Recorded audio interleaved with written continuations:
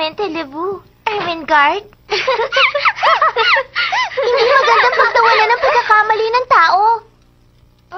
Ganun ba? Alam naman naming lahat dito na ang mama mo ay isinilang at lumaki sa France. Tama, at alam namin magaling ka mag-princess. At ang pagkakaiba nga lang, may isang tao dyan na hindi marunong magsalita ng Pranses at walang pumapasok sa kanyang utak. Isang walang kwentang estudyante. Mahina ka na sa klase at baka ganito lang kalaki ang utak mo.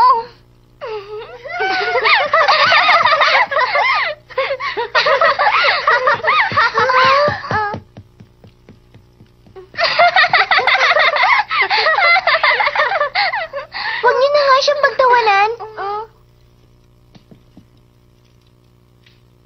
Hindi magandang asal ang pagtawanan ninyo ang isang tao. Tignan nyo nga naman, nagsalita na ang bida. Ang lakas ng loob mong pagsalitaan kami ng ganyan. Meron pala ditong pakialamera. Kung ako ikaw, tatahimik na lang ako. Aba, bakit?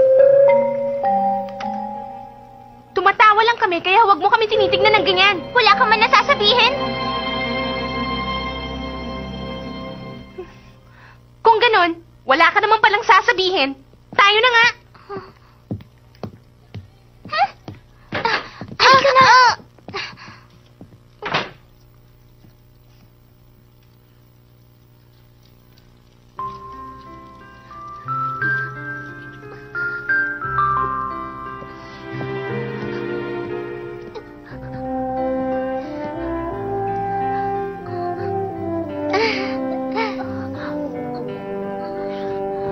Okay ka lang ba, Ermengarde?